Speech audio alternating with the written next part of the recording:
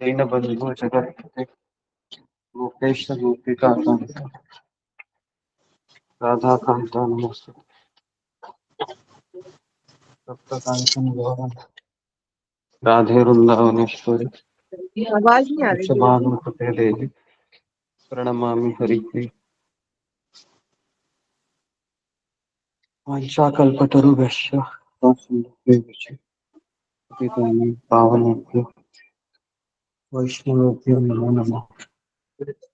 जय श्री कृष्ण चैतन्य प्रभु नित्यानंद श्री अद्वैत गदाधर श्रीवासदि गौरभक्तवृंद।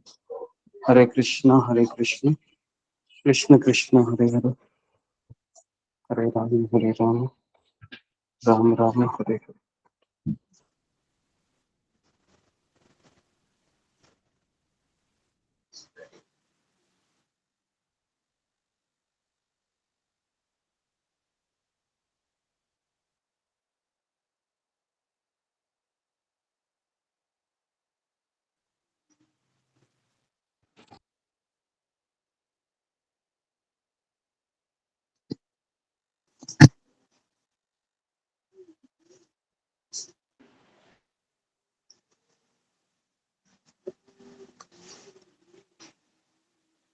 हरे कृष्ण हरे दंडवत प्रणाम। कबीर को दंडवत प्रणाम, गुरु जी को भी दंडवत प्रणाम, माता जी को दंडवत प्रणाम।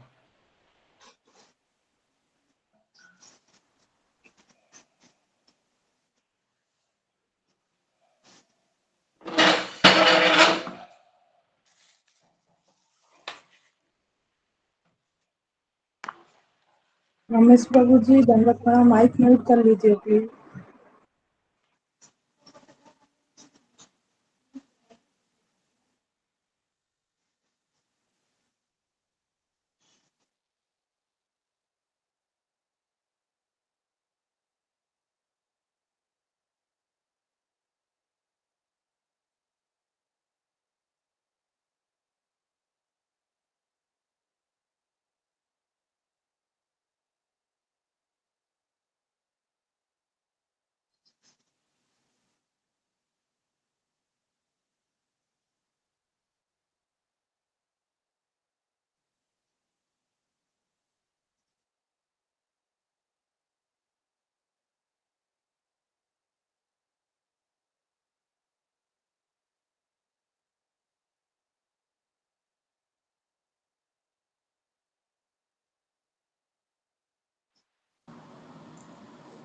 हरे कृष्णा, सभी भक्तों को दंडवत प्रणाम।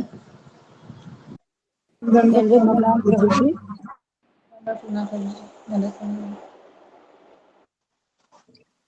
और हम भागवतम का एक श्लोक लेते हैं।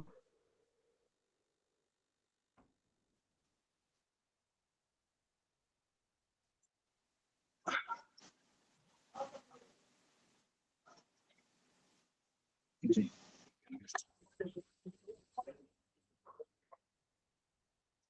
श्लोक क्रमांक 10, 11, 12, 13, 14, 15। कौन सा श्लोक शुरू था हमारा? 15 था प्रभु जी। 15 हुआ प्रभु जी। 14 का हुआ था 15। 15 होगा। श्लोक क्रमांक 15। हाँ ठीक है। तो हम जी, तो किन किन लोगों के पास भागवतम है फिंगर को रेज कीजिए। 15। हाँ ठीक है। स स कदाचित् स कदाचित् सरस्वत्य पानी पानी ऐसे पूछता स कदाचित् सरस्वत्या उपस्पृश्य जलं शुचि विविक्त एक आसीन उदिते रविमण्डले सदा कदाचित् सरस्वत्य उपस्पृश्य जलं शुचि विविक्त एक आसीन उदिते रविमंडले स कदाचित् सरस्वत्या उपस्पृशं जलं शुचि। विविक्त एक आसीन उदिते रविमंडले। कोई पढ़ना चाहेगा तो जिनके पास भागवत है ना वो पढ़िए, फिंगर को रेज कीजिए के पास भागवतम है। ओके, अनुराधा गोयल।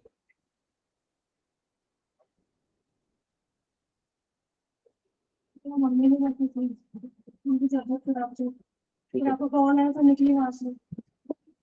कोई बात नहीं। हरे कृष्णा प्रभु जी, अभी मुझे धोया नहीं मिला प्रभु जी, कौन सा नमिता साहब बताइए।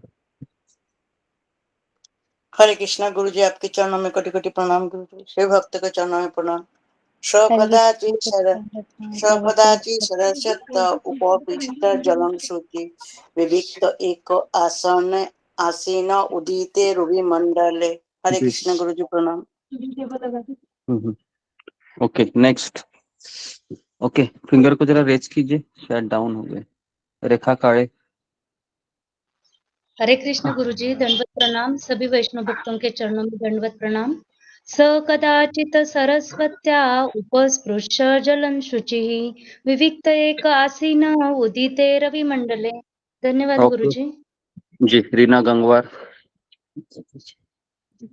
हरे कृष्णा प्रभु, दंडवत प्रणाम। सभी भक्तों के चरणों में दंडवत प्रणाम।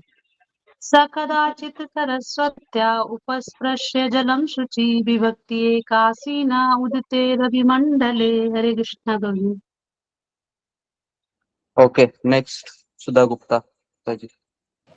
हरे कृष्णा गुरुजी, दंडवत प्रणाम। सभी भक्तों को दंडवत प्रणाम। स कदाचित् सरस्वत्या उपस्पृश्य जलं शुचिः विविक्ते एक आसीनः उदिते रविमंडले। हरे कृष्णा। रंजना माता जी। हरे कृष्ण प्रभु जी, आपके चरणों में दंडवत प्रणाम। स कदाचित् सरस्वत्या उपस्पृश्य जलं शुचि विविक्ते एक आसीना उदिते रविमंडले। हरे कृष्ण। ओके, सुमित पाठक। हरे कृष्णा गुरुजी, दंडवत प्रणाम। सा कदाचित् सरस्वत्या उपस्पृश्य जलं शुचि विविक्ते एक आसीन उदिते रविमंडले। ओके, हाँ, रीना गंगवार।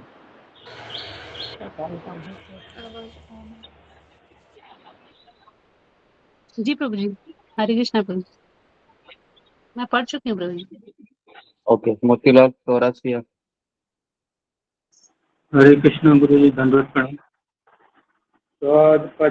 पचासित सरस्वत्य उपस्थित्य जलं शुचि विभक्त एकासीन उदिते रविमंडले। हरे कृष्ण गुरु जी, दंडवत प्रणाम। अनुराधा गोयल। हरे कृष्ण गुरु जी, दंडवत प्रणाम। सः कदाचित् सरस्वत्या उपस्पृश्य जलं शुचि विविक्ते एका आसीन उदिते रविमंडले। हरे कृष्ण गुरु जी। ओके, हरे कृष्णा। तो हम भागवतम का प्रणाम मंत्र बोलते हैं। नारायणं नमस्कृत्यं नरं चैव नरोत्तमं देवीं सरस्वती व्यासं ततो जया।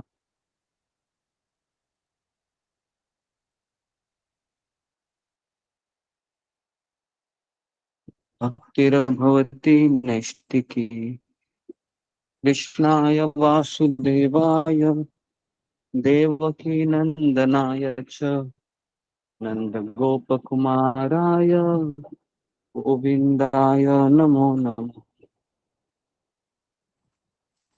कं करोति वाचालं पंगुं लंघयते गिरिं यत्कृपातमहं वन्दे श्रीगुरुदीनतारिणम्। अनुवाद और तात्पर्य श्रील प्रभुपाद जी द्वारा। जी, हरे कृष्ण प्रभु जी, एक ये तो भक्ति पढ़ चुके हैं हम प्रभु जी। ये वाला बद्रिकाश चल रहा है हृदय। 17 और 18 वाला। हरे कृष्ण प्रभु जी, ये मैंने कल पढ़ा था ना, इतना बड़ा तात्पर्य। हाँ हाँ हाँ, ये वाला 17 और 16। 18 चल रहा है प्रभु जी। अध्याय कौन सा अध्याय? हाँ 17 18, ठीक है। अध्याय कौन सा? तो अगर कोई मुझे रॉन्ग 4 इन्फॉर्मेशन अध्याय मत है। दीजिए। अगर आपको पता नहीं है तो आप बीच में मत बोलिए कि यही चालू है करके, है ना। गलत इन्फॉर्मेशन मत दीजिए। जिनको सही में पता है कि यही श्लोक चालू था तो आप बोलिए, नहीं तो फिर ये हो जाता है। श्लोक क्रमांक 17-18। ओके। भौतिकानां च भावनां शक्तिरासं च तत्कृतम् अश्रद्धाननि सत्त्वन्धुर मेदं हसितयुष्यः। ओके, अनुवाद। महान ऋषि जो ज्ञान में पूर्ण रूप से सुसज्जित थे। जी, ऋषि मतलब जो ज्ञान में पूर्ण रूप से सुसज्जित थे, अपनी दिव्य दृष्टि से देख सकते थे कि युग के प्रभाव के कारण सभी भौतिक वस्तुओं का ह्रास हो रहा। जी, ये वह भी देख सकते थे कि सामान्य रूप से आस्थाहीन लोगों की आयु कम हो जाएगी। जी, और वे अच्छाई की कमी के कारण अधीर हो जाएंगे। इस प्रकार उन्होंने जीवन की सभी स्थिति और श्रेणियों में मनुष्यों के कल्याण के लिए चिंतन किया।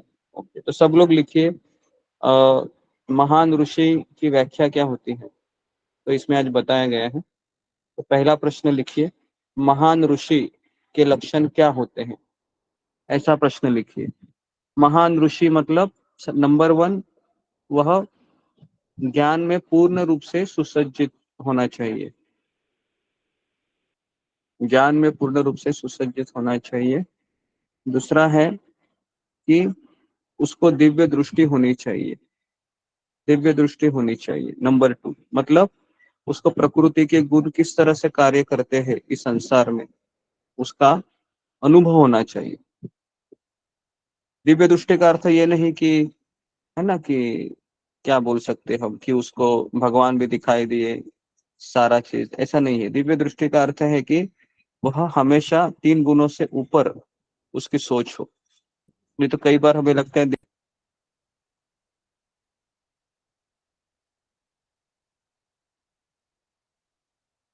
हैं। दूसरा होता है ज्ञान चक्षु, जो हम आध्यात्मिक गुरु के संपर्क में आते हैं। और तीसरा होता है प्रेम चक्षु। प्रेम चक्षु मतलब निरंतर हमारे आंखों में दया, करुणा और दूसरों में अच्छाई देखना, ये सब चीजें हो प्रेम प्रेम चक्षु। तो श्री व्यासदेव जो है वह दिव्य दृष्टि से देख सकते थे कि युग के प्रभाव के कारण सभी भौतिक वस्तुओं का ह्रास होता है। तो युग का प्रभाव कैसे एक्सप्लेन करेंगे, ये दूसरा प्रश्न लिखिए। युग के प्रभाव का कारण, युग का प्रभाव किस तरह से संसार में दिखाई देता है। युग का प्रभाव संसार में किस तरह से दिखाई देता है। नंबर 1 लिखिए। नंबर 1 लिखिए कि लोगों की आयु कम हो जाती है। नंबर 2 लिखिए लोगों में दया कम हो जाती है। तीसरा लिखिए लोग झगड़ालू हो जाते हैं। चौथा लिखिए लोग रजोगुनी और तमोगुनी बन जाते हैं। ओके, तो यह है युग का प्रभाव। तो आयु की कम हो जाना, अच्छाई की कमी हो जाना, ठीक है। तो अभी हम तात्पर्य में जाते हैं। काल की अप्रकट शक्तियां इतनी शक्तिशाली है कि वे समय के साथ सभी पदार्थों को नष्ट कर देती है, ठीक है। तो इस संसार में सबसे शक्तिशाली कौन है तो इसका उत्तर है काल। काल ये सबसे शक्तिशाली है।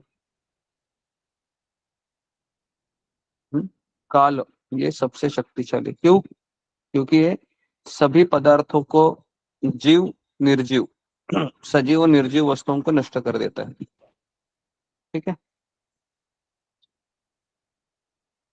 कलयुग में चतुर्भुज, ओके। तो कलयुग में है क्या है कि भौतिक शक्ति का प्रभाव क्षीण हो चुका है, बराबर है ना। इसके पश्चात कैसे कम हो गया है कि लोगों की स्मृति कम हो गई, फिर उनको प्रेरणा नहीं प्राप्त होती है, हमेशा निराश रहते हैं, गाय दूध नहीं देती है, बराबर है, पौष्टिक अन्न नहीं मिलता है। अभी लोग कहाँ पर अन्न खाते हैं, तो सब लोग बाहर, ऑफिस के बाहर टपरी होती है, टपरी मतलब भोजनालय होते हैं, तो वहां पर सब लोग भोजन करते, कई लोग 70 to 80% लोग है ना, हाँ 70 to 80% लोग हैं जो क्या बोल सकते हैं हम, बाहर खाना खाते हैं, घर का खाना नहीं खाते। वो पैसे तो कमाते हैं बहुत सारे, लेकिन वह बाहर खाना खाता है। मुझे याद है कि हम जब चर्चगेट में 6 महीना काम किए थे वहां पर, किसी सरकारी नौकरी में, क्या बोलते हैं वो, ट्रेनिंग पीरियड था हमारा, प्रोविजनरी पीरियड बोलते हो, है ना। तो चर्चगेट में एक बीएसएनएल कंपनी है, विदेश संचार निगम लिमिटेड, अभी वो बीएसएनएल हो गई। तो बड़ी बिल्डिंग है वो वहां पर। तो हम 11वें मंजिले पे काम करते थे उधर। ऐसे 6 महीने का ड्यूटी सॉरी 6 घंटे का ड्यूटी रहता था। तो उसमें हम देखते थे कि 3 शिफ्ट में काम चलता था, है ना, 3 शिफ्ट में काम चलता था। और तो जितना भी लोग वहां पर जाते थे, सब लोग, मैंने एक भी ऐसा व्यक्ति नहीं देखा जो लोकल काम करते हैं मुंबई में। सब लोग बाहर से ही आते हैं, गुजरात से आते हैं, कोई यूपी से आते हैं। और ये सारे लोग ना केवल बाहर का ही खाना खाते हैं। जैसे किसी ने सैंडविच ऑर्डर किया, किसी ने पैटिस ऑर्डर किया, है ना, और फिर वह, है ना, थोड़ा सा कोल्ड ड्रिंक लेते थे, कोका कोला, पेप्सी, और इसी तरह से वह वही खाना खा के ये सालों साल ऐसे ही चलता था।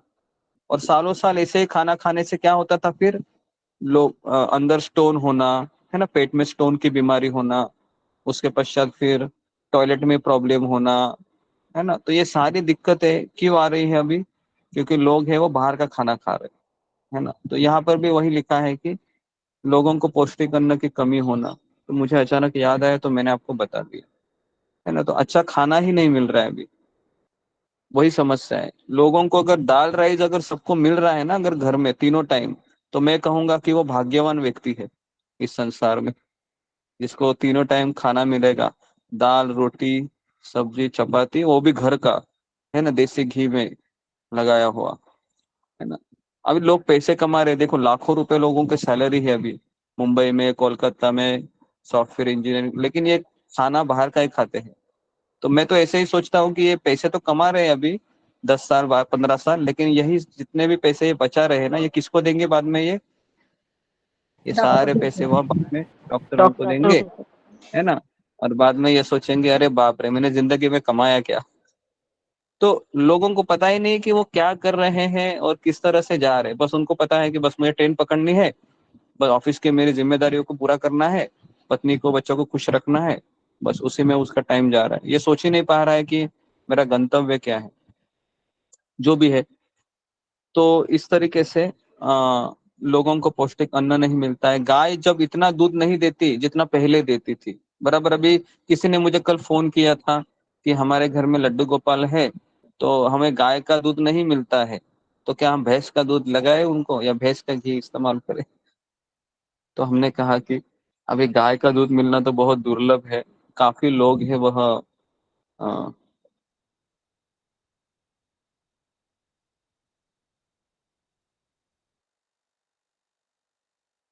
गुरु जी माइक म्यूट हो गई, आपका माइक म्यूट हो गया गुरु जी। आवाज नहीं आ रही थी।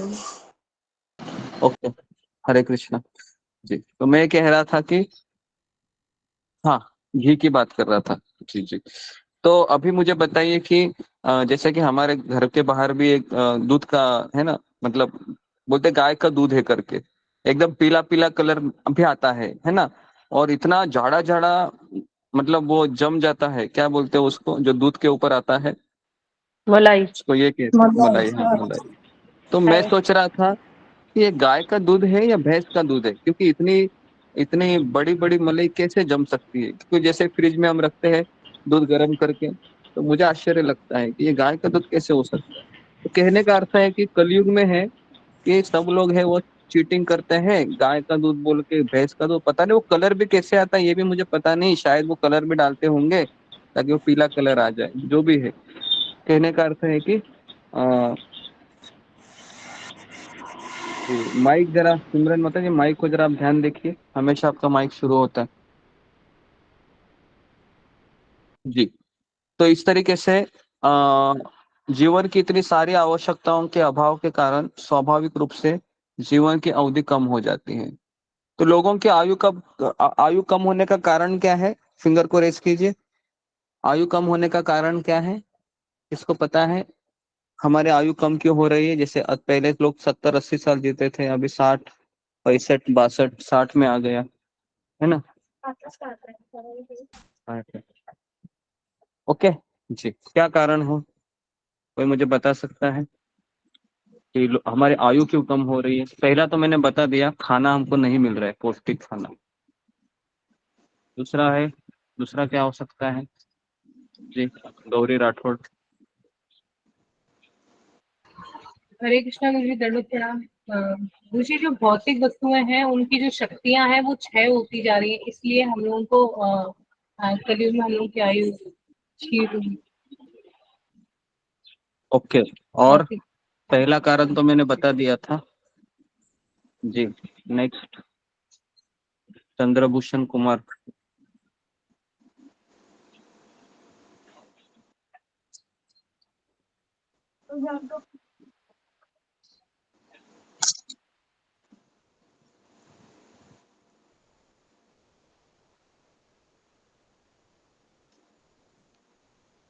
Okay, next, Padma Parashar. हरे कृष्णा गुरु जी, दंडवत प्रणाम। हम लोग मिलावट का खा रहे हैं आजकल। खाने का तो मैंने बता चीज दिया। में मिलावट है, मतलब मसालों से लेकर हर खाने चीज का में मैंने, दूध वगैरह जो हमारी दैनिक जिंदगी की इसके अलावा कोई दूसरा कारण वस्तु खाने के अलावा? मोतीलाल चौरासिया। हरे कृष्ण गुरु जी, दंडवत प्रणाम। गुरु जी, प्रदूषण बहुत बढ़ गया है, इसकी वजह से स्वास्थ्य पर प्रभाव पड़ रहा क्या है। बढ़ रहा है? क्या बढ़ गया है? प्रदूषण ज्यादा हो गया है, चेंजिंग आ गई है। प्रदूषण, हाँ। ओके जी, ठीक है, प्रदूषण बढ़ गया है। तीसरा है कि ये किसी ने बताया नहीं, वो मेन है कि हम पाप करने की प्रवृत्ति हमारी बढ़ रही है, इसके लिए आयु हमारा कम हो रहा है। एक्चुअली ये पाप करने की प्रवृत्ति इज इनवर्सली प्रोपोर्शनल है ये हमारे आयु से, है ना। आपने सीखा होगा ना मैथमेटिक्स में, एक होता है डायरेक्टली प्रोपोर्शनल और दूसरा होता है इनवर्सली प्रोपोर्शनल, है ना। तो भगवान की भक्ति और हमारी आयु और दूसरा है कि पाप करने की प्रवृत्ति, ये दोनों इनवर्सली प्रोपोर्शनल है, एक दूसरे से पूरक है। तो इसके लिए हमारा आयु कम हो रहा है अभी, है ना।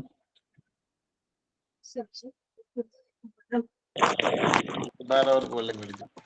अच्छा, ठीक है, तो आगे बढ़ते हैं। इसके अलावा किसी को उत्तर याद है? कुछ कहना है इसके अलावा? ठीक है, ओके, रेखा काळे। हरे कृष्ण गुरु जी, दंडवत प्रणाम। गलत जीवन शैली है, जैसे कि दिन में सोना, रात में जागना, सुबह देर तक सोना, ये भी बीमारी का कारण है। जी जी जी, तो ये एक अच्छा पॉइंट है कि मेन कारण है हमारी जीवन शैली है, वह क्या बोल सकते हो, वह समय के अनुसार नहीं होती है ना। कभी भी हम उठते हैं, कभी भी खाते हैं, है ना। मैं घर में गया था, वहां पर उसका बेटा है 3 बजे जोमेटो से पिज्जा ऑर्डर करता है, 2-2:30 बजे, और वो खाता था। मैं बोल रहा था बाप रे, ये सोएगा कभी? इसका वो जोमेटो का पिज्जा क्या करेगा उसके अंदर, पता नहीं। और बाद में उसकी माँ का मुझे 2-3 महीने के पश्चात फोन आया और कहा कि बेटे को अभी स्टोन हो गया है। तो मैं समझ गया कि ये सब बाहर का है ना, जो फास्ट फूड होता है ना। आजकल फास्ट फूड बहुत चलता है, आप मेट्रो स्टेशन पर घूमोगे तो वहाँ पर फास्ट फूड से, ये फास्ट फूड पता है कि किससे बनता है? ये मैदे से बनता है। और मैदा क्या करता है पेट को? मैदा पेट को बहुत बुरा प्रभाव करता है, बराबर है। इसके लिए बेटर है आप बाहर का बिल्कुल मत खाइए, फास्ट कीजिए या फल खाइए। लेकिन बाहर के होटलों में या कोई भी चीज है, आपको ऐसा लग रहा है मुझे भूख लगी है, मुझे खाना चाहिए, लेकिन वो खाने से जितना आपको नुकसान होता है ना, उतना आप भूखा रहने से भी नहीं होता है। ये मैंने स्वयं देखा है। आई बात समझ में? मैं वापस कह रहा हूँ, अगर आप बाहर है, भूख लगी है, तो ऐसे फालतू चीजें खाने से नुकसान इतना होता है जितना कि भूखे रहने से इतना नुकसान नहीं करता है। भूखे रहने से उल्टा कभी कभी हमको भूखा रहना भी चाहिए ताकि हमारा जो पाचन शक्ति है वो बढ़ता है भूखे रहने से, है ना, जो भी है। ठीक है, तो इस तरीके से जी, गाय अभी दूध नहीं देती है, हमारी बुद्धि अल्प हो गई है, स्मरण शक्ति क्षीण हो गई है, पारस्परिक व्यवहार में दिखावा आ जाता है। बराबर है, दिखावा कितने लोगों ने अनुभव किया है, रिश्तेदारी में दिखावा आना, रिश्तेदारी में दिखावा आना ऐसे, है ना, ऐसे हम हमारे सामने ऐसे चुपड़ी चुपड़ी बातें करेंगे खुद के घर वाले ही, और बराबर अपना काम निकालेंगे, है ना, बराबर है, और बाद में उसको पता चलेगा कि इसने तो अपना काम बनाने के लिए मुझसे इतना मीठा मीठा बोल रहा था। हाँ, ऐसा होता है जी, बराबर ऐसा होता है, तो व्यवहार में दिखावापन आ जाता है। तो इसके लिए हमें ये सब चीजें हैं, ये सब चीजें बहुत भयानक होती हैं। नेक्स्ट, महर्षि व्यासदेव मुक्तात्मा होने के कारण अपनी दिव्य दृष्टि से इसे देख सकते थे। बराबर है, तो दिव्य दृष्टि से इसे देख सकते थे। मुक्तात्मा का अर्थ क्या है, सब लोग लिखिए। मुक्तात्मा का अर्थ है कि वह 3 गुणों से ऊपर होता है। मुक्त आत्मा मतलब उसको भूख लगेगी, प्यास लगेगी, या उसको अंदर से कुछ ऐसी इच्छाएं उसको हॉन्टेड नहीं करेगी जैसे हमें करती है। वो ऐसे घूमेगा, है ना, जैसे कि अभी सुखदेव गोस्वामी है, बराबर है, वो हमने अभी पास टाइम देखा था, है ना, जो स्त्रियां स्नान कर रही थी फिर भी उनको कुछ असर ही नहीं हुआ, मुक्तात्मा थे, कुछ असर नहीं है, ऐसे ही जा रहे हैं।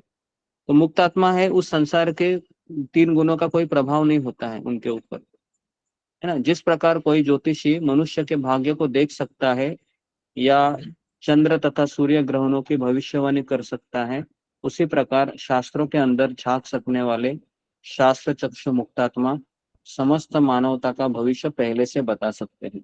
ठीक है जी। तो प्रभुपाद यहाँ पर एक उदाहरण देते हैं कि एक ज्योतिषी होता है जो भाग्य को देख सकते हैं। आप में से कितने लोग ज्योतिष के पास गए थे पहले हाथ दिखाने के लिए, ताकि मेरा कुछ है ना, मेरे अंदर कुछ है तो बताइए, या ज्योतिष के पास, या मुझे मेरा भविष्य जानना है ना, मेरे पास पैसा रहेगा, मैं कितने साल जीऊंगा, कौन सी लड़का मिलेगा, कौन सी लड़की मिलेगी मुझे, है ना जी। ज्योतिष के पास गए हैं? ओके, काफी लोग गए हैं जी जी, बहुत इंटरेस्टेड लोग हैं कि उनको जानना है क्या मेरा भविष्य है। ठीक है जी। तो जो मुक्तात्मा होते हैं वह मनुष्य का भविष्य पहले से बता सकते थे। आज अगर मैं आपको कहूं कि अगर आपको अगले 10 साल का भविष्य कोई डिक्टो अगर बताना चाहेगा, तो क्या आप वो सुनना पसंद करोगे? कितने लोग सुनना पसंद करेंगे? अगर आज अगर मैं आपको कहूं कि अगले 10 साल का जो भविष्य है ना, अगर आपको बताया जाएगा, कितने लोग सुनना पसंद करेंगे और क्यों, ये भी बताना है। कितने लोग सुनना पसंद करेंगे और क्यों सुनना पसंद करेंगे? ओके, बताओ रूबी कुमारी। जी जी, हरे कृष्णा गुरु जी, धन्यवाद प्रणाम। गुरु जी, ये मुझे आगे का जानना इसलिए पसंद करूंगी कि आगे क्या होने वाला है, ताकि हम पहले से प्रिपेयर हो जाए कि आगे जो होगा हम उसके लिए तैयारी कर सके, इसलिए मुझे जानना पसंद है। ओके जी। लेकिन अगर हमको ये पता चला कि 5-6 साल के पश्चात, है ना, मुझे ऐसी कोई बीमारी लगने वाली है कि पता नहीं मुझे मेरा क्या होगा, या फिर ये पता चले कि 5-6 साल के पश्चात या 7-8 साल के पश्चात में, है ना, मेरे घर में फाइनेंशियल क्राइसिस होगा और मैं रोड पर आ जाऊंगा या आ जाऊंगी, तो इससे क्या होगा, फिर कैसे हम इसको प्रिपेयर करेंगे? ये भी बहुत बहुत बड़ा सवाल है ना, अभी जो मैंने कहा, क्योंकि काफी चीजें ऐसी है कि हम उसको झेल नहीं पाएंगे अभी से, और शायद सोचते सोचते कल का जपा भी हम अच्छे से नहीं कर सकते। क्या ऐसा हो सकता है? कितने लोगों को लगता है ऐसे हो सकता है? अगर मुझे 4-5 साल का भी पता चले कि बाप रे मेरे जिंदगी में ये होने वाला है, और मनुष्य का पता है ना ह्यूमन माइंड कैसा है, वो 5 साल होने वाला है वो आज से ही सोचने लगता है, बराबर है। तो फिर वो कल भी उठेगा कि जपा करने के लिए? उठेगा ही नहीं, वो बोलेगा बाप रे, अरे मेरे 6 साल के बाद, सॉरी 6, हाँ 6 साल के बाद मेरा ये होने वाला है, वो होने वाला, अब मैं क्या करूं, अब मैं क्या करूं, वही उसके दिमाग में चलता रहेगा। तो एक तरीके से भविष्य नहीं पता होना, ये मुझे लगता है सबसे बेस्ट है, बराबर है, क्योंकि हम अज्ञान में हैं। क्योंकि अज्ञान में जीना ये काफी आसान हो जाता है, और ज्ञान में जीना ये बहुत हमारे माइंड को बहुत ये होना पड़ता है भविष्य में अगर जो होने वाला है। तो जो व्यासदेव जी है ये ऐसे मुक्तात्मा थे, वह पहले से जानते थे कि कलयुग में क्या क्या होने वाला है, बराबर है। तो कलयुग में एक उदाहरण दिया गया है कि जैसे कि लड़कों को अपने बाल बढ़ाने में आनंद आएगा, और स्त्री को बाल छोटा रखने में आनंद आएगा, बराबर है। और वैवाहिक संबंध केवल बाहरी आधार पे रहेगा, है ना। ये सारी चीजें लिखी गई है 12वें स्कंद में। अगर आपके पास 12वां स्कंद है तो आप जरूर पढ़िए, उसमें सब भविष्यवाणी लिखी गई है, ठीक है। तो और संशय भी इतने सारे दिमाग में घूमते रहते हैं ना, एक्चुअली आधा हमारा जीवन संशय में ही चला जाता है एक दूसरे के बारे में। इतना संशय करते रहे कि जो नहीं होने वाला है उसको पहले से ही कल्पना करते हैं कि ये मेरे साथ हो गया करके, और पूरा उनका आधी जिंदगी तो उसी में चला जाता है ना। और खास करके स्त्री का मन संशय में ज्यादा होता है, क्योंकि वो कल्पनाएं ज्यादा करती है स्त्री, है ना। पुरुष है वह बहुत व्यवहारिक हो जाते हैं काफी लोग, लेकिन स्त्री है वह तुरंत अपने मन के ऊपर ज्यादा वह, है ना, वशीभूत हो जाते हैं। तो इसके लिए स्त्री और पुरुष का साइकोलॉजी बनाया ही ऐसा है कि ज्यादा समय वो एक साथ नहीं रह सकते। हाँ, अगर वो ज्यादा समय एक साथ रहेंगे तो बहुत कुछ होता है। जैसे कोरोना के समय में एक सर्वे किया गया था, अभी जस्ट 4-5 साल पहले कोरोना हुआ था ना, तो उस समय क्या होता था, सारे हस्बैंड वाइफ है वो एक साथ ही घर पे रहते थे। तो आपको पता होगा कि ये कोरोना के साल में बहुत सारे डाइवोर्स हो गए। पता है इसका कारण क्या था? कारण यह था कि दोनों एक साथ ही घर में रहते थे, सबको वर्क फ्रॉम होम मिला था, वो उसका सर खाता था, वो उसके सर खाती थी। दोनों को पता लगा कि बाप रे ये अगर कोरोना नहीं गया तो हम दोनों एक दूसरे को मार देंगे। तो फिर इस तरीके से हालत हो गई थी।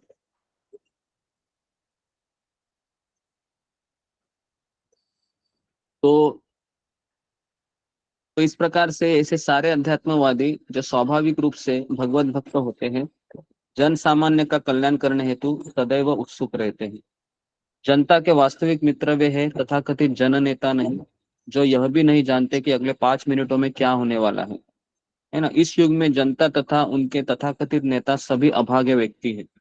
जी, प्रॉपर लिखते हैं कि इस युग के जनता तथा उनके नेता सभी अभागे व्यक्ति। क्यों? क्योंकि अध्यात्म ज्ञान में कोई श्रद्धा नहीं है, कोई श्रद्धा नहीं। जैसे प्रभुपाद ने इंदिरा गांधी को कहा था कि अगर तुम अच्छे नेता बनना चाहती हो तो तुम्हारे मंत्री पद में जितने भी लोग हैं इनको 16 माला करने के लिए कहिए, इनको कहिए कि आप मंगल आरती अटेंड कीजिए, है ना। और सारे आपके आमदार खासदार दीक्षित भक्त होना चाहिए। तो इंदिरा गांधी ने साफ मना किया। इंदिरा गांधी ने कहा कि ये संभव नहीं स्वामी जी, है ना, आप बहुत ज्यादा ही बोल रहे हैं हमें। तो इसके लिए नेता भी अभागा और नेता को फॉलो करने वाली जनता भी अभागी। आपको पता है ना, अभी ऐसे ऐसे नेता है, जैसे अभी ये जो कहाँ पर बंगाल में जो कांड हुआ कोलकाता में, पता है उसका जो नेता है वही उसमें ऐसा देखा गया कि वो उसका भी पार्टिसिपेशन है ना, जो उसके प्रधानमंत्री है लेडी। आप सोचिए, जो जनता के नेता है ऐसे घिनौने कार्य में अगर इन्वॉल्व है, तो आप सोच सकते हो कि जैसे उनको पता चला कि हमारे सबूत है वह इनको मिलने वाले, तुरंत उसी लीडर की जनता है तुरंत वहां पर अटैक करती है और सारे सबूतों को तोड़ने की इच्छा करती है।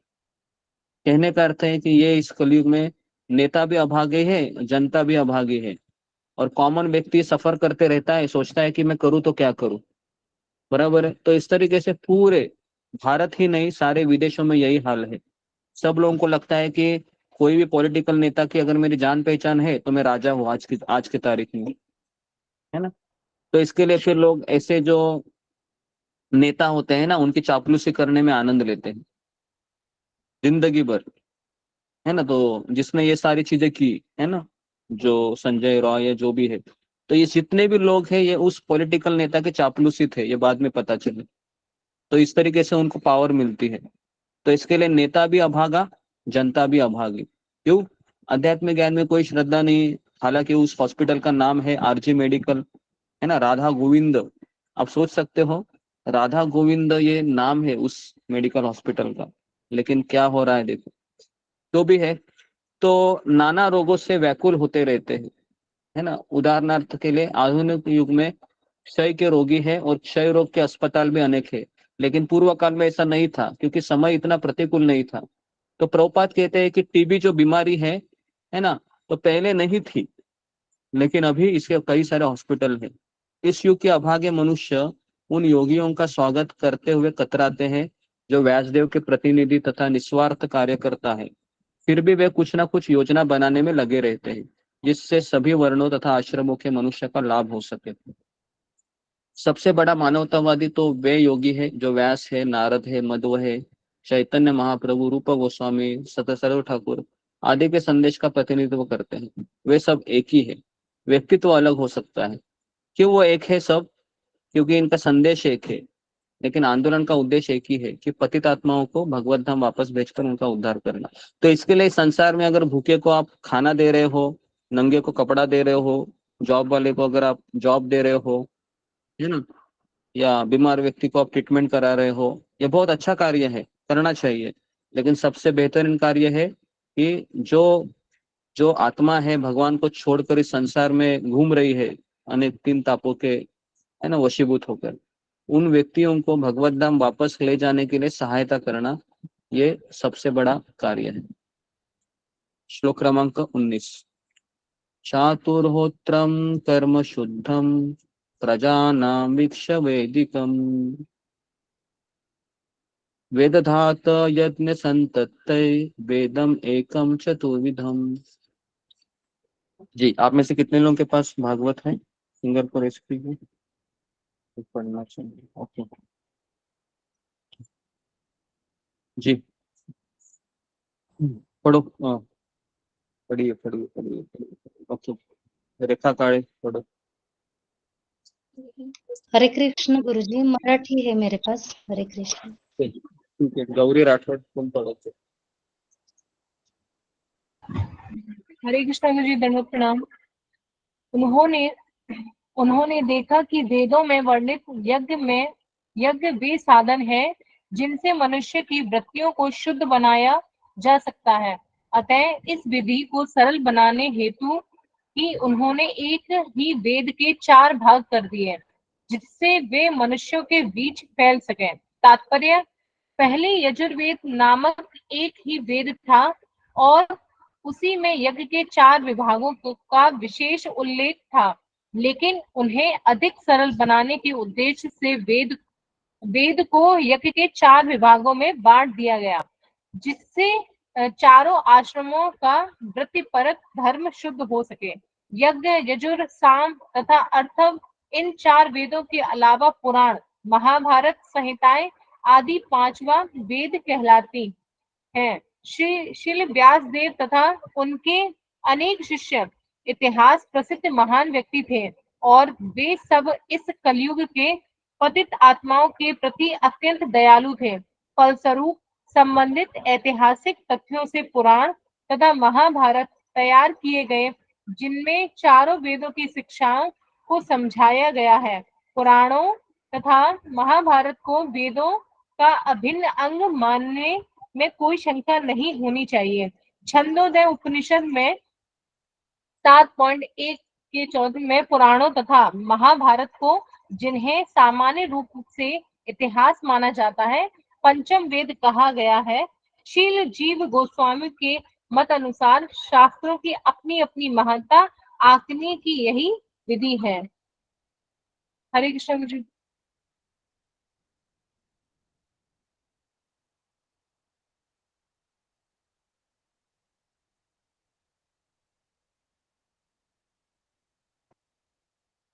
ओके, हरे कृष्ण।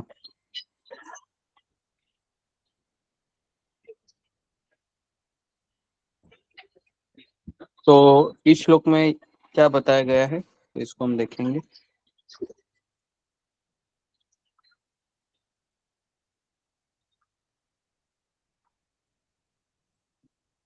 उन्होंने देखा कि वेदों में वर्णित यज्ञ ऐसे साधन है जिसके द्वारा लोगों के व्यवसाय को शुद्ध किया जा सकता है। और इस प्रक्रिया को सरल बनाने के लिए उन्होंने एक वेद को 4 भागों में विभाजित किया ताकि उन्हें लोगों के बीच फैलाया जा सके। तो व्यासदेव ने सबसे पहला कार्य क्या किया? सबसे पहले उन्होंने वेद लिखे। वेद कोई सामान्य व्यक्ति नहीं लिख सकता है, तो इसके लिए भगवान ने एक शक्तावेश अवतार धारण किया। तो व्यासदेव जी ये भगवान के शक्तावेश अवतार है ना। और कभी कभी भगवान स्वयं व्यासदेव जी बन जाते हैं। मैं वापस कह रहा हूँ कि व्यासदेव जी ये भगवान के शक्तावेश अवतार भी है, लेकिन कभी कभी अगर ऐसा जीव व्यक्ति नहीं है तो भगवान स्वयं व्यासदेव जी का अवतार लेते हैं। जी, कितने लोगों को ये बात समझ में आ रही है? फिंगर को रेस्ट कीजिए।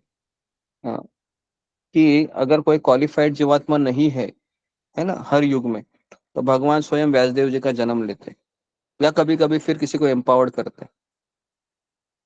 क्योंकि कई लोगों को लगता है कि व्यासदेव जी शक्तावेश अवतार है। हाँ, बराबर है, लेकिन ये इस युग के लिए है, क्योंकि ये भागवतम अभी हम पढ़ रहे हैं ना, ये इस युग के लिए है। ये जो अभी हमारा जो युग चल रहा है ना, युग 28वां जो युग है ना, ये अभी इसका ये भागवत है।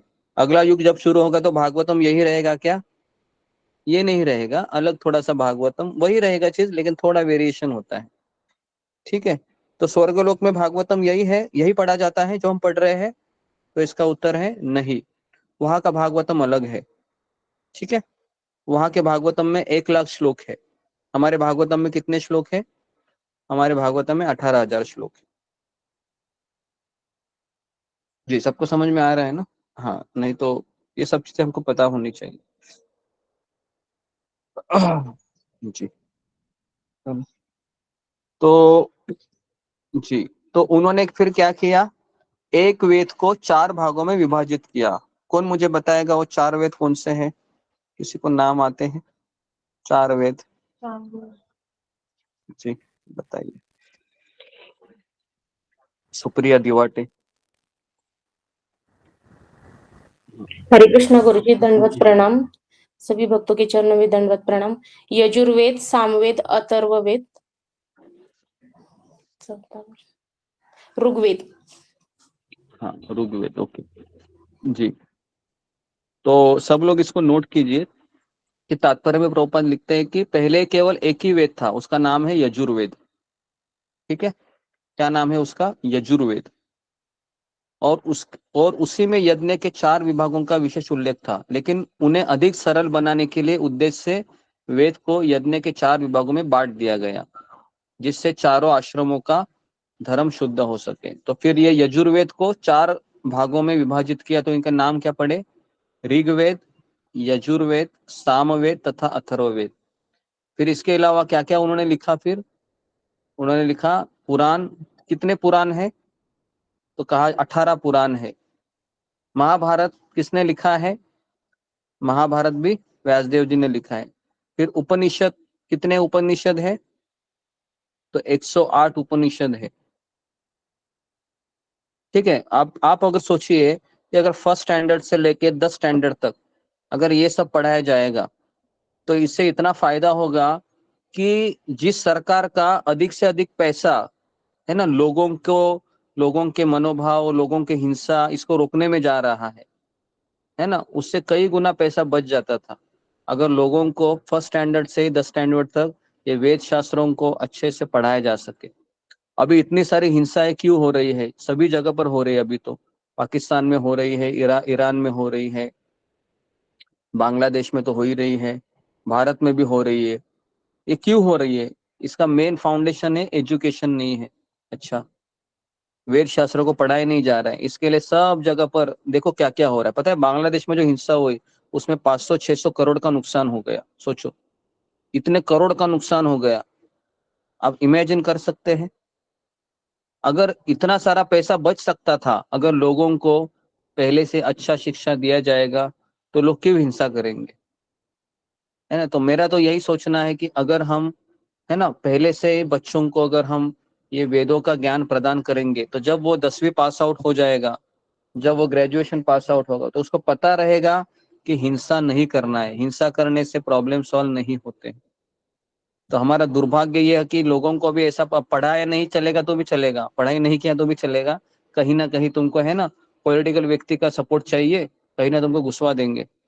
तो इस तरीके से भी हो रहा है ना। और फिर कास्टिज्म तो सबसे गंदा है ना, जो क्वालिफाइड नहीं है ना, ये जातिवाद से क्या होगा, SC ST है, ये विदाउट क्वालिफिकेशन ये लोग वहां पर सीट पे बैठे हैं।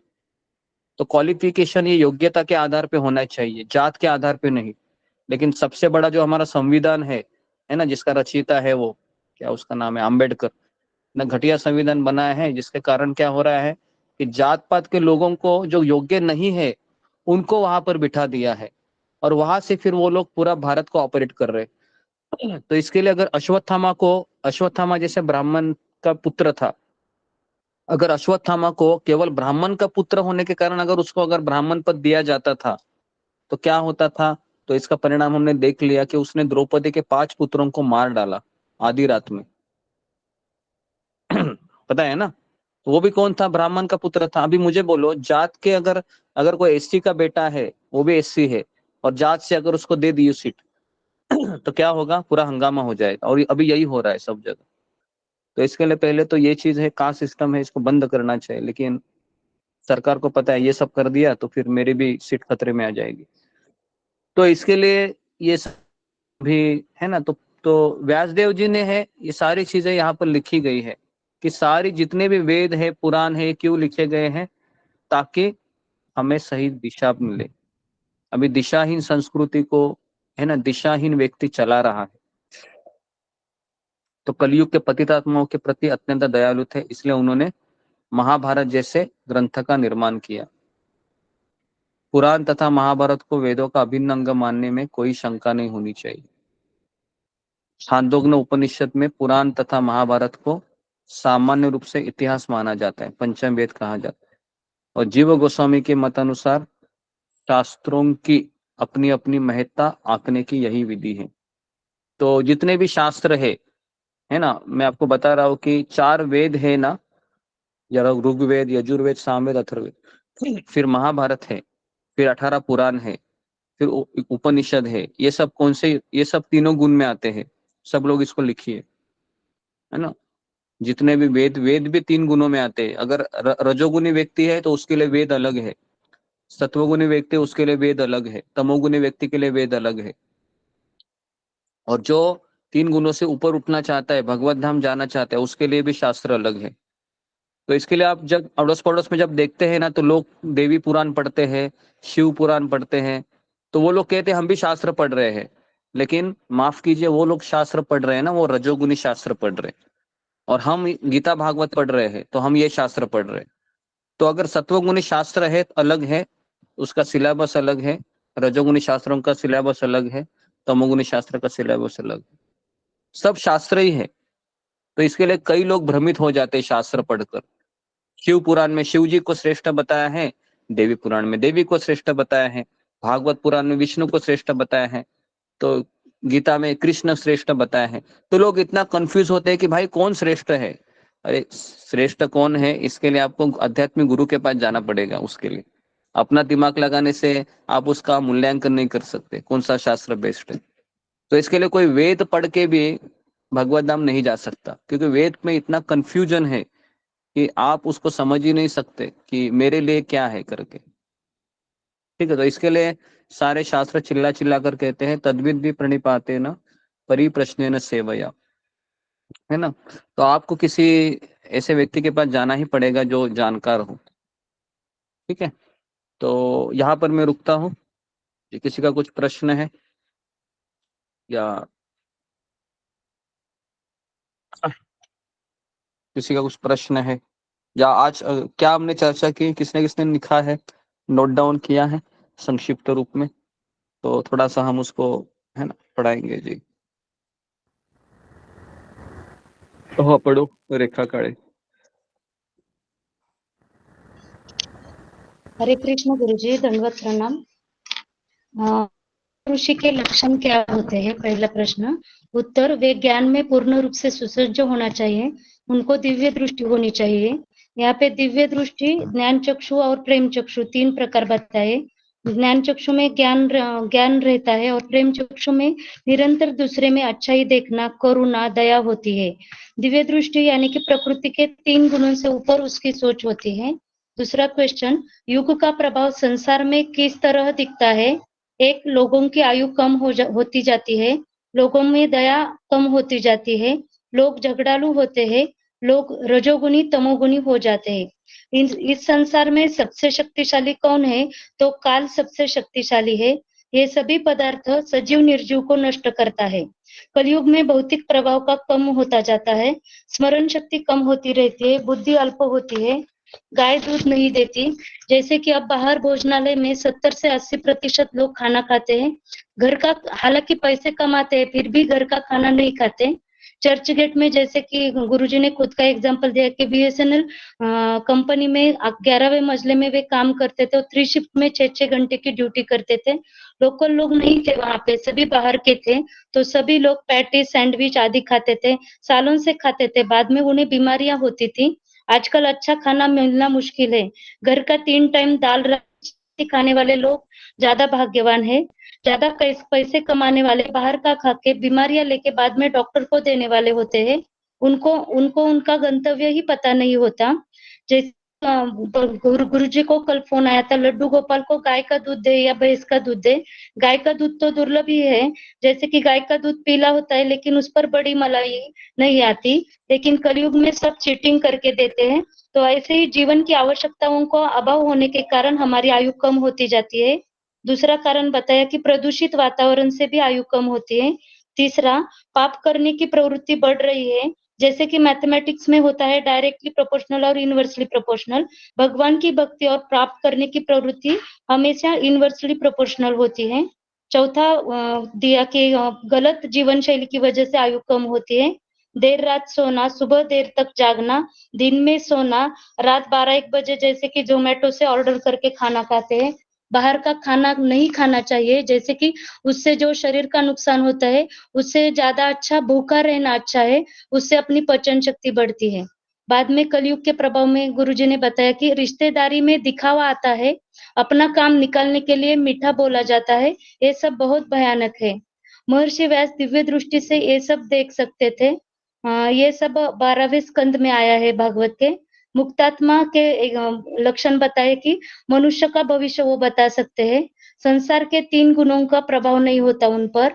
यहाँ पे सुखदेव गोस्वामी जैसे जा रहे थे, स्त्रियां स्नान करते, उनको देखकर उन पर प्रभाव नहीं पड़ा। यहाँ पे गुरुजी बोलते हैं, ज्योतिष के पास जाके लोग भविष्य देखते हैं। अगले अगर 10 साल का भविष्य क्यों देखना चाहेंगे? 5 साल में अगर बीमारी आ जाएगी या फाइनेंशियल क्राइसिस होगी तो क्या करेंगे? जीवन में कुछ होने वाला मालूम हुआ तो कोई सुबह जपा के लिए भी नहीं उठेगा। अज्ञान में जीना कभी कभी काफी आसान होता है। व्यास जी के पास दिव्य चक्षु थे। लड़कों को बाल बढ़ाने में आनंद आएगा कलयुग में, लड़की को बाल काटने में आनंद आएगा। संशय में हमारा आधा जीवन चला जाता है। स्त्री ज्यादा संशय करती है, मन के ऊपर वह बहुत जल्दी वशीभूत होती है। पुरुष व्यावहारिक होते हैं, दोनों की भी मानसिकता ऐसी वे एक साथ ज्यादा वक्त नहीं रह सकते। जैसे कि कोविड में वर्क फ्रॉम होम होने से दोनों में झगड़े होते तो डिवोर्स के भी केसेस ज्यादा हुए उस वक्त। इस युग में अभी जनता और नेता अभागी है क्योंकि आध्यात्मिक ज्ञान नहीं है।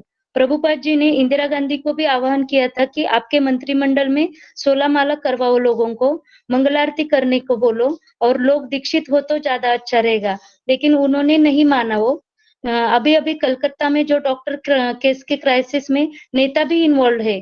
नेता जनता अभागी है, लोग सोचते हैं कि हम क्या करेंगे, नेता भी चापलूसी में आनंद लेते हैं। जैसे कि हॉस्पिटल का नाम राधा गोविंद होते हुए भी ऐसे वहां पे गलत काम। प्रभुपाद जी कहते हैं टीबी जो बीमारी है उस वक्त प्रतिकूलता की वजह से उतने हॉस्पिटल नहीं थे। संसार में भूखे को खाना, नंगे को कपड़े, बीमारी को आरोग्य सुविधा देना अच्छा है, लेकिन त्रितापों से पीड़ित लोगों को आध्यात्मिक ज्ञान देना सर्वश्रेष्ठ है। व्यासदेव जी ने सबसे पहले वेद लिखे, कोई साधारण व्यक्ति नहीं लिख सकते। भगवान ने शक्त्यावेश अवतार बनाया। कभी कभी क्वालिफाइड जीवन भगवान व्यास जी का अवतार लेते हैं, नहीं तो किसी एक जीव को एम्पावर करते हैं। स्वर्गलोक का भागवत तो अलग है, वहां के भागवत में 1 लाख श्लोक है, हम 18,000 श्लोक है। व्यास जी ने इनको 4 वेदों में विभाजित किया। पहले एक ही वेद था यजुर्वेद, उसे सरल बनाने के लिए 4 भागों में विभाजित किया, ऋग्वेद, यजुर्वेद, सामवेद, अथर्ववेद, और उन्होंने 18 पुराण, महाभारत और 108 उपनिषद लिखे।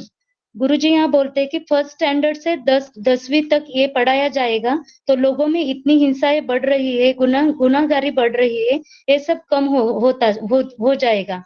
जैसे कि बांग्ला में हिंसा हुई, 500 से 600 करोड़ का नुकसान हुआ। पाकिस्तान, भारत, सब जगह ये हिंसा तो होती रहती है। एजुकेशनल फाउंडेशन अच्छा नहीं बनाया गया है। अगर वेद पढ़ाए तो ये सब नहीं होता। जातीयवाद से भी ज्यादा दंगे होते हैं। क्वालिफिकेशन, योग्यता के अनुसार सीट देनी चाहिए संविधान में, लेकिन जात पात अनुसार होने से, जैसे कि संविधान में ही कुछ त्रुटियां है। अश्वत्थामा ब्राह्मण पुत्र होके भी उसने ब्रह्मास्त्र चला के द्रौपदी के 5 पुत्रों की हत्या की प्रतिरोध में, लेकिन ऐसे ब्राह्मण लोगों को शोभा नहीं देता। दिशाहीन समाज को दिशाहीन लोग चला रहे, इसीलिए ऐसा होता है। जीव गोस्वामी अनुसार जितने भी शास्त्र है, 4 वेद है, 18 पुराण है, महाभारत है, 3 गुणों में आते हैं। सत्व, रज, तमोगुणी को सबको अलग अलग वेद है और उनका सिलेबस भी अलग अलग है, और त्रिगुणों के ऊपर उठने वालों को अलग वेद है। कई लोग शास्त्र पढ़कर भ्रमित होते हैं, जैसे कि देवी भागवत में दुर्गा को श्रेष्ठत्व दिया है, भागवत में विष्णु को श्रेष्ठत्व दिया है, शिव पुराण में शिव को श्रेष्ठत्व दिया है। आप इसका मूल्यांकन नहीं कर सकते, आप भ्रमित हो जाएंगे। जो जानकार है ऐसे व्यक्ति के पास जाके सीखना चाहिए। हरे कृष्ण गुरुजी, दंडवत प्रणाम।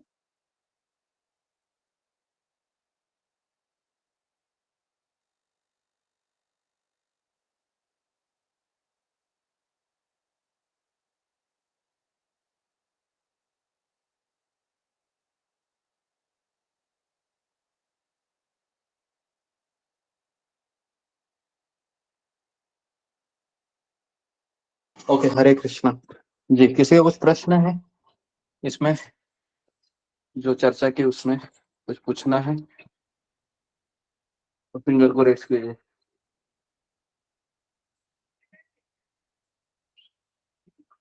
नीरू कनवर।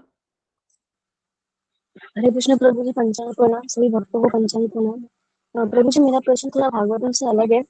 जैसे कि अभी अपन देखते हैं कि जो भी लोग स्टेटस वगैरह लगाते हैं या फिर भगवान का लेके कुछ डालते हैं सोशल मीडिया पर, तो उनका भाव ये रहता है कि हाँ मुझे अच्छा लग रहा है तो मैंने डाल दिया करके। तो जो वैष्णव भक्त होते हैं और जो अंडर ट्रेंड ऐसे में हूँ, तो हमें किस भाव से ये करना चाहिए? हरे कृष्ण।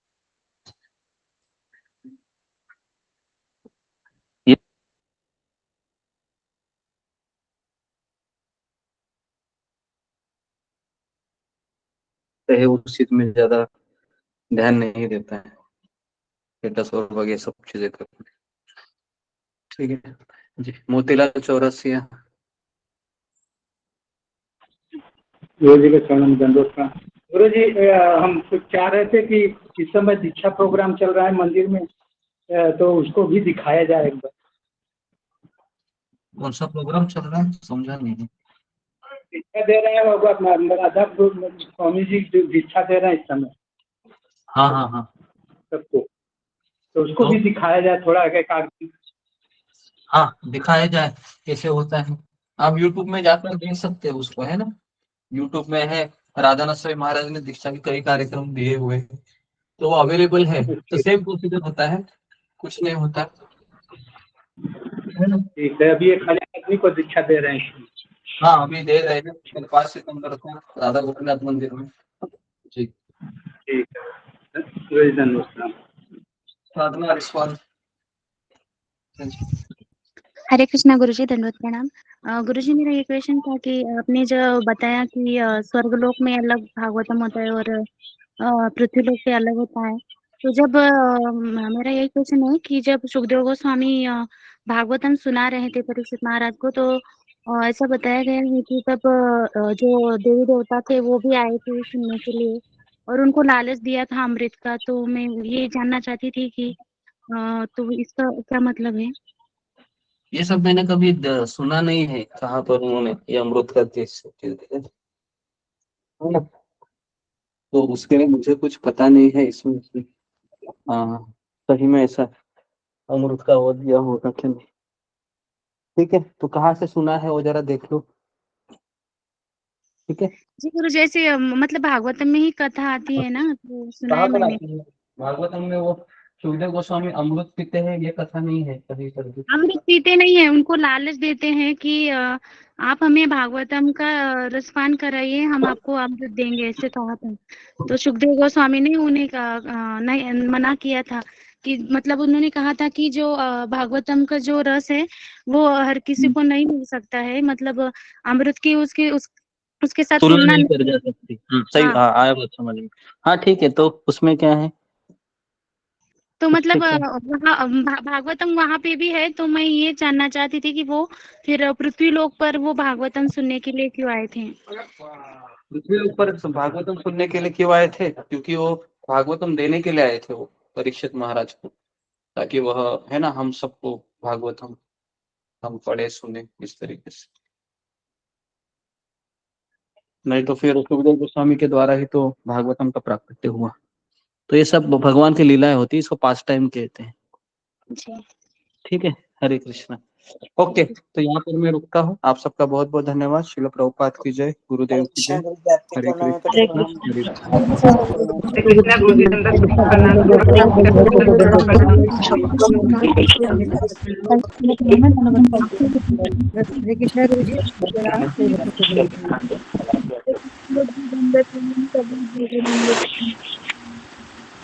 सभी प्रभु जी के चरणों में मेरा दंडवत प्रणाम।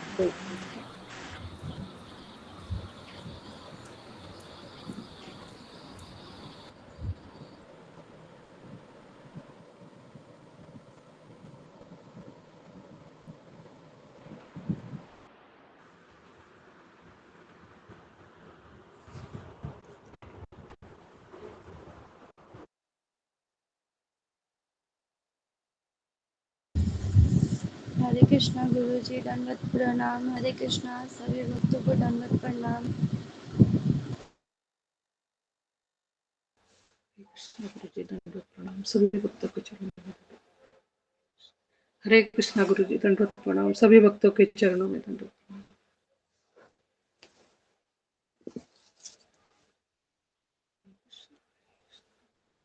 हरे कृष्णा।